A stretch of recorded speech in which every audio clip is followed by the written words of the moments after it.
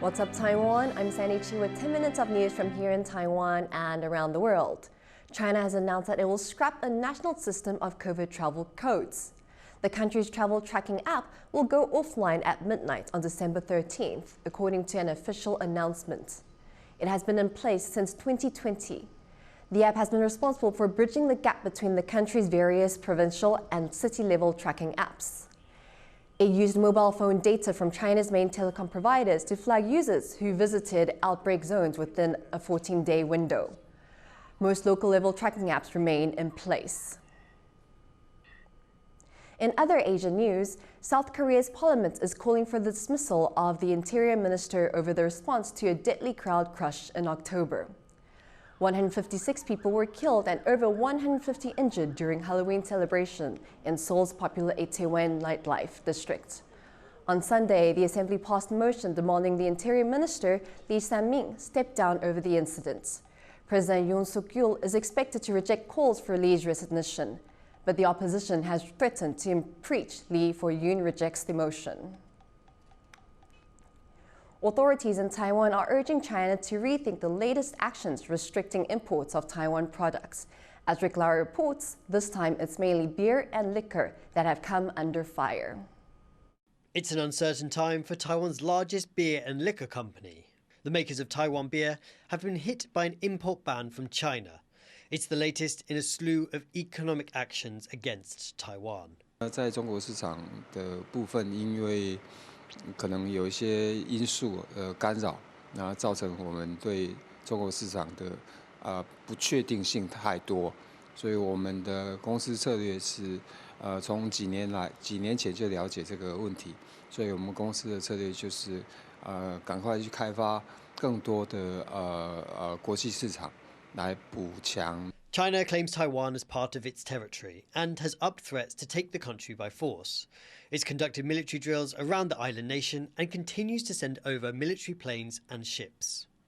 As relations between Beijing and Taipei worsen, China is increasingly slapping bans on Taiwanese products and produce. First it was fruit, then fish, now it's alcohol. China has instituted new customs regulations that it now says Taiwanese exporters are failing to fulfill. Before suspending shipments of 100 types of alcoholic and non-alcoholic beverages, it also widened the number of seafood shut out of the market. 我们有去问说那到底是什么样不合，但是我们没有得到答案。我们也去做比较过了，我们也找不出这个逻辑。 Taiwanese authorities have urged China to remove trade barriers and said they will take the issue to the World Trade Organization. 尤其对台湾更是特别严格、特别歧视，不但时间缩短，而且都是对台湾要求这个要求那个。 The country's foreign minister, in the meantime, shrugged off the latest act of economic coercion from Beijing, saying they don't know what they're missing, the great taste of freedom. Taiwan now faces pressure from Beijing on many fronts, militarily, politically and economically. And it's determined to take this latest development in its stride. Howard Chang, Rick Lowett for TaiwanPlus. Music is something that connects people from all around the world. Award-winning Taiwanese pianist Rueibin Chen wants to use that power to help build a bridge between East and West. Eric Gao has the story.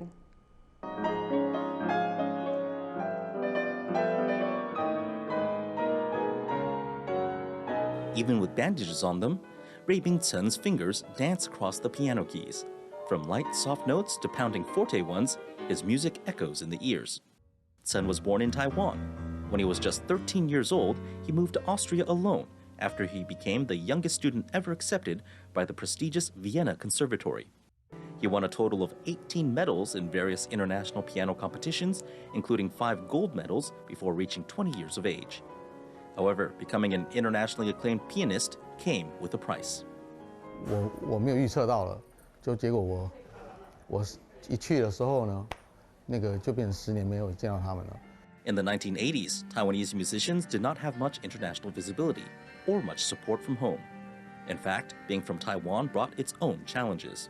我几次进东欧表演，或者是我在肖邦比赛得特别奖的时候，那个护照上面还盖着说不能进。 共产国家耶。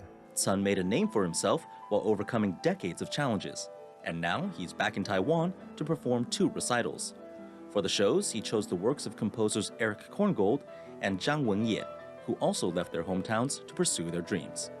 Chen feels a deep connection with these 2 composers and is happy to share a common language with them, music. He hopes that through music, he can help build bridges between Eastern and Western cultures. 我一直很想扮演这个角色，东西方也好，或者是在华人之间，即便两岸之间啊、师弟之间啊，我都很想扮演这样的一个角色，用音乐去做一个更好的沟通。Zhang Wenye was a Taiwanese composer who was active mainly in Japan. He often took inspiration for his works from the scenery and culture of his homeland of Taiwan. 不管是在亚洲也好，或者是在白人地区，让他们了解当时的亚洲是什么样的一个情况，只有透过音乐，不是只有文字记载而已。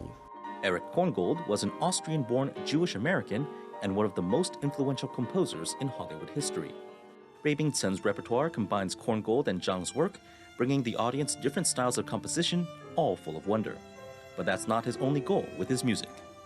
对我来讲，我回到台湾，我并不是说只是来表演一次，然后我就离开了，而是说我希望有更多的连结，就不是只有跟台湾的听众的连结而已，而是说能够把台湾有更好的这些东西，属于台湾的东西，然后来带到海外去，然后跟全世界的一些所有这些主流啦、单位也好啦、观众也好，让他们去透过音乐，然后多去认识台湾。Music is a universal language, and Chen's mastery of it means that his audience is sure to get the message. Kama Xu, Maggie May, and Eric Gao for TaiwanPlus.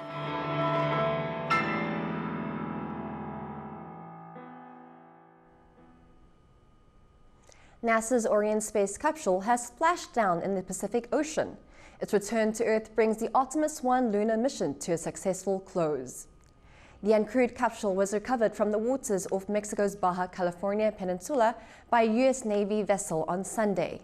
The splashdown caps a 25-day mission that could mark a new era in space exploration.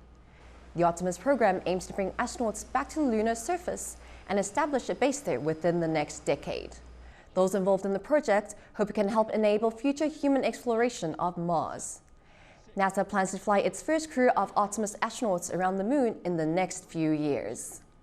This is a great day, not only for America, but it's a great day for all of our international partners. That's a difference from 50 years ago.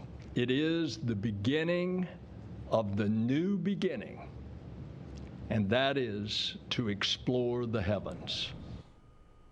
Garbage trucks in Taiwan are getting a high-tech boost to improve safety. The northern cities of Taoyuan and Hsinchu have doubled the number of cameras on these trucks from 4 to 8. The upgrades also include AI software that can detect when a person might be in a blind spot. Officials hope this will reduce the number of accidents caused by garbage trucks, which have several of these blind spots due to their size and shape. In 2020, a woman in northeastern Taiwan was killed by a reversing truck.